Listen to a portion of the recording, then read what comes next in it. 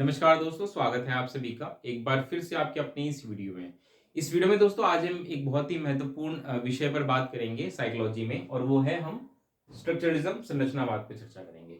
Structuralism एक बहुत ही महत्वपूर्ण स्कूल ऑफ साइकोलॉजी है, एक बहुत ही महत्वपूर्ण विचारधारा है साइकोलॉजी में, जो कि बेसिकली बताती है कि किस प्रकार से हमें साइकोलॉजी को स्टडी करना है या उसका अध्ययन करना है। उम्मीद है वीडियो देखने के बाद काफी चीजें आपको समझ में आ जाएंगी। कुछ factual exam point of view से चीजें हैं वो भी मैं आपको इसमें बता दूंगा। बहुत ही छोटी वीडियो रहेगी और उसमें आपको ये सारा कंसेप्ट अच्छे से क्लियर हो जाएगा। चलिए वीडियो की शुरुआत करते हैं। और सबसे पहले अगर हम बात करें स्ट्रक्चरलिज्म की, संरचनावाद की, तो इसकी स्थापना किसने की थी ये आपको पता होना चाहिए, एग्जाम पॉइंट ऑफ व्यू से महत्वपूर्ण है। विल्हेम वुंट ने इसकी स्थापना की थी जर्मनी में। ठीक है, विल्हेम वुंट भी जर्मनी के ही थे, तो इन्होंने जर्मनी में इसकी स्थापना की थी। 1879 में फर्स्ट लेबोरेटरी जो थी वो इन्होंने स्थापित की थी। कहाँ पे? लिप्जिंग यूनिवर्सिटी, ये भी जर्मनी में है। वहां पे इन्होंने पहली लेबोरेटरी बनाई थी। अब ये एक बहुत ही महत्वपूर्ण घटना है, ये कोई साधारण बात नहीं है, क्योंकि इससे पहले आप देखेंगे तो मनोविज्ञान के लिए कोई भी एक लैब नहीं थी। यानी कि बस मनोविज्ञान पे चर्चा होती थी, उसको साइंटिफिकली प्रूफ करना या उस पर एनालिसिस करना या मनोविज्ञान को एक तरीके से आप एक्सपेरिमेंट कर पाना, ये सब चीजें आप पहले नहीं कर पाते थे। इसलिए विलियम वुड ने जब सबसे पहले लिप्जिंग यूनिवर्सिटी में लेबोरेटरी की स्थापना की, तो उसके बाद से धीरे धीरे मनोविज्ञान का जो स्वरूप है वो एक साइंटिफिक सब्जेक्ट के रूप में विकसित होने लग गया। इसके अलावा ईबी टिचनर, इनका नाम भी बहुत ही महत्वपूर्ण है। यूं कह लीजिए कि जो ये जो वर्ड है ना स्ट्रक्चरलिज्म, इसका इस्तेमाल ही सबसे पहले ईबी टिचनर ने किया था। ठीक है, तो आप यूं समझिए कि जैसे घर बनाने के लिए जब हम नींव डालते हैं ना, ताकि घर मजबूत बने, तो जो नींव की डाली गई थी वो विल्हेम वुंड द्वारा डाली गई थी, और उसके ऊपर जो स्ट्रक्चरलिज्म का घर बनाने का काम किया था वो ईबी टिचनर ने किया था। तो ईबी टिचनर ने बहुत सारी बातें की थी मन के बारे में, मन के उन्होंने तत्व बताए थे किस प्रकार से होते हैं, तो ये सारी चीजें इन्होंने की थी।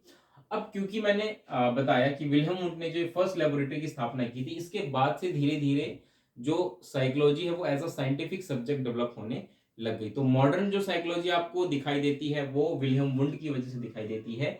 इसलिए विल्हेम वुंड को फादर ऑफ मॉडर्न साइकोलॉजी भी कहा जाता है, कि भाई जो मॉडर्न साइकोलॉजी है उसके जनक जो है वो कौन है, वो विल्हेम वुंड है।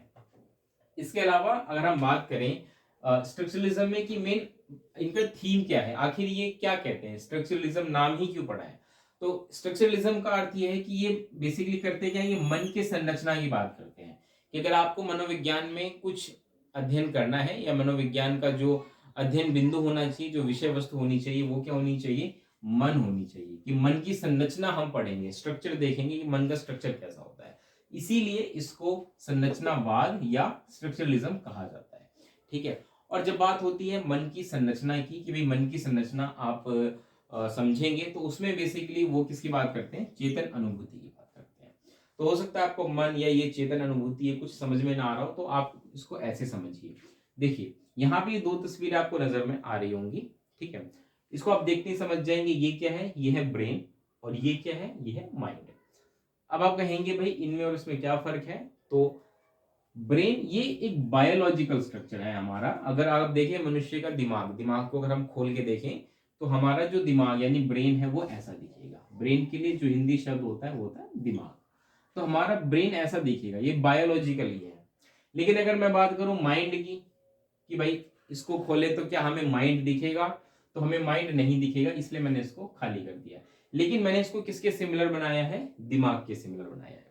क्योंकि काफी हद तक हम ब्रेन या माइंड को सिमिलर मान लेते हैं, तो मान तो लेते हैं बट ये होते नहीं है। ठीक है, ब्रेन एक बायोलॉजिकल स्ट्रक्चर है, जबकि माइंड एक साइकोलॉजिकल चीज है, हमारे मन में है। आपने सुना होगा ना कई बार कि मेरा मन ये करता है करने का, या मेरा मन घूमने का कर रहा है। तो ये जो मन कर रहा है ना, ये एक तरीके से मन क्या है, ये यहाँ पे कुछ है जो पीछे सोच रहा है इस चीज को, कुछ फील कर रहा हूं मैं, कुछ अच्छा फील कर रहा हूं, इसलिए मेरा कहीं घूमने जाने का मन हो रहा है। तो मेरे यहाँ जो बैकग्राउंड में चीजें चल रही हैं इसके अंतर्गत, वो सारी चीजें मन के अंदर आ जाती हैं। लेकिन अगर जब हम बात करते हैं बायोलॉजिकली कि भाई ब्रेन के फंक्शन क्या हो गए, न्यूरॉन्स किस प्रकार से बनते हैं या बिगड़ते हैं, या आपस में कैसे संरचना बनाते हैं, वो सब ब्रेन का हिस्सा हो जाता है। लेकिन जब हम बात करते हैं मन की, माइंड की, तो वहां पे हम कैसे कोई चीज फील करते हैं या हम कोई चीज सोचते हैं तो हमारी थॉट प्रोसेसिंग कैसी हो जाती है, हम चीजों को याद कैसे रख पाते हैं, ये सब मन की बात होती है यहाँ पे। ठीक है, आई होप आपको चीजें समझ में आ रही होंगी। अब मन के अंतर्गत भी यहाँ पे ध्यान रखिएगा 3 चीजें हो जाती है, चेतन, अर्धचेतन और अचेतन। आप ये कह लीजिए कि मन का एक ऐसा रूप जो जगा हुआ है, ठीक है, मन का ऐसा रूप जो जगा हुआ है, मन का ऐसा रूप जो सो गया है वो अचेतन है, मन का ऐसा रूप जो जगा हुआ है वो चेतन है, और अर्धचेतन मतलब आधी नींद में है। मन का ऐसा स्वरूप जो आधी नींद में है, अर्धचेतन। कुछ कुछ ऐसे समझिए, अब मैं डिटेल में समझाता हूं आपको। चेतन का अर्थ यह है कि जो कुछ भी मैं जानता हूं इस वक्त, जो कुछ भी XYZ, वो सब चेतन में है। कोई मुझसे मेरा नाम पूछेगा, मैं जानता हूं, मैं बता दूंगा। मेरे से घर का एड्रेस मैं जानता हूं, मैं बता दूंगा। कहाँ रहता हूं, किस देश में रहता हूं, सब बता दूंगा। भारत के अभी वर्तमान प्रधानमंत्री मैं जानता हूं, मैं बता दूंगा। तो ये सब चीजें मैं जानता हूं, मैं जगा हुआ हूं, मेरा माइंड जो है वो जगा हुआ है, चेतन अवस्था में है, इसको हम कहते हैं चेतन। ठीक है, वहीं अचेतन मतलब सोया हुआ, जो मेरे दिमाग सो गया, उसको नहीं पता वो सारी चीजें, क्योंकि एक समय जब वो जगा हुआ था तब उसको याद थी, लेकिन अब वो चीजें कहाँ चली गई, अचेतन रूप में चली गई। अब उसको वो चीजें याद नहीं है। हो सकता है उसने कभी कुछ पढ़ा होगा तो ठीक है, लेकिन अभी उसको वो चीजें याद नहीं है। अर्धचेतन मतलब आधा जगा हुआ है, अगर आप थोड़ा सा हिलाएंगे तो वो जग जाएगा। मतलब क्या है कि दिमाग में थोड़ा सा जोर डालेंगे तो चीजें याद आ जाएंगी। कई बार होता है ना कि मान के चलिए 2 दिन पहले आपके साथ कोई घटना घटी हो, आपको याद ना हो, लेकिन किसी ने आपसे पूछा, थोड़ा सा उस पर आपके साथ चर्चा की, आपने भी दिमाग पे जोर डाला तो आपको चीजें याद आ गई।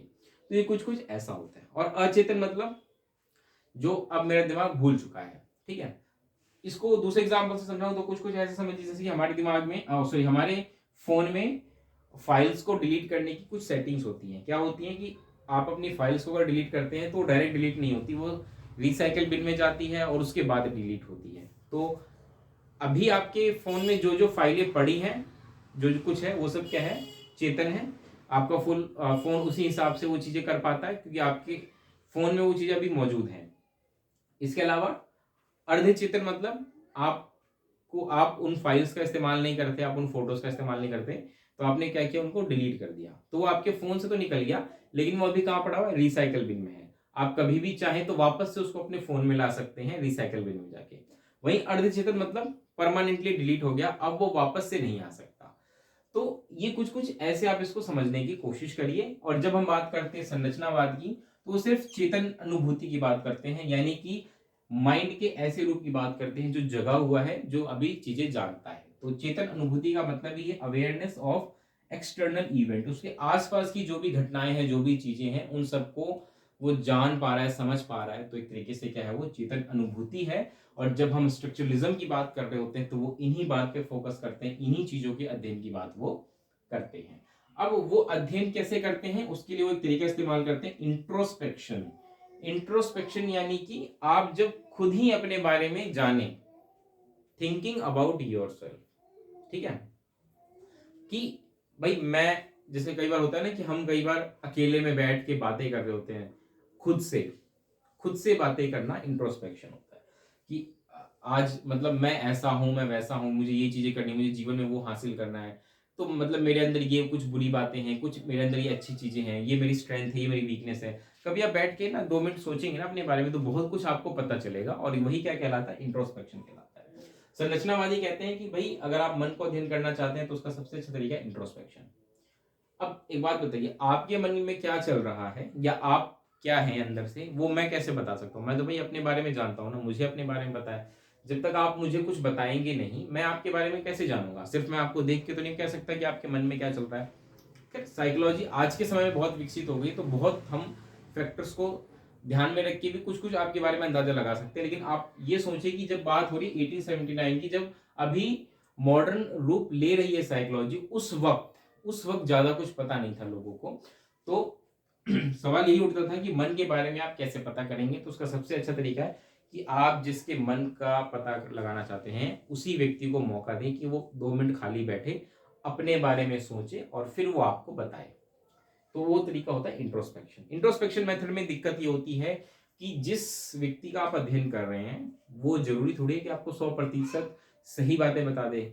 हो सकता है कि उसके मन में कुछ ऐसी इच्छाएं हों, कुछ ऐसी बातें हों जो उसको लगता हो कि मुझे ये डिस्कस करना, क्लोज करना सही नहीं है, या उससे कोई गलत छवि उसको लगता है कि विकसित हो जाएगी सामने वाले व्यक्ति के मन में मेरे प्रति, तो वो उसको फिर नहीं बताएगा। ऐसा सभी के साथ होता है। तो इंट्रोस्पेक्शन मेथड की एक कमी है जो कि इसमें मानी जाती है, लेकिन ये इसी तरीके का इस्तेमाल करते हैं।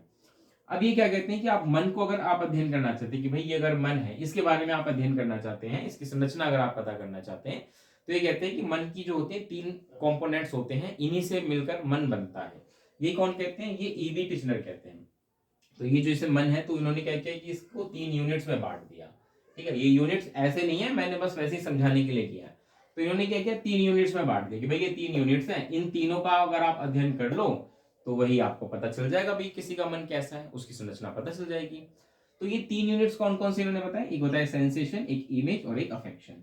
कि यही 3 तत्व होते हैं मन के। इनका अगर आप अध्ययन कर लेंगे तो आपको मन के बारे में चीजें समझ में आ जाएंगी कि मन की संरचना कैसी होती है। तो ये सब कुछ था संरचनावाद के बारे में। उम्मीद है आपको समझ में आ गया होगा। बेसिक जो इनका अध्ययन बिंदु यही होता है, मन की संरचना कैसी होती है, ये आपको पता होना चाहिए था। इंट्रोस्पेक्शन मेथड यूज होता है। 2 यहाँ पे साइकेट्रिस्ट है, इनका नाम आपको पता होना चाहिए, Wilhelm wound and EB Titchener. ये कुछ बेसिक चीजें हैं, ये आपको अगर पता है तो उम्मीद है कि क्वेश्चन आपसे कभी छूटेगा नहीं। एग्जाम में क्वेश्चन पूछा जाता है इन सब चीजों से। तो मुझे उम्मीद है कि वीडियो भी आपको पसंद आई होगी, अच्छी लगी होगी। लगी अच्छी तो लाइक करिए, कमेंट करिए, अपने वैल्यूएबल फीडबैक दीजिए हमें। इस चैनल को सब्सक्राइब करिए, वीडियो को लाइक और शेयर करिए। मिलते हैं अगली वीडियो में, तब तक के लिए नमस्कार, धन्यवाद।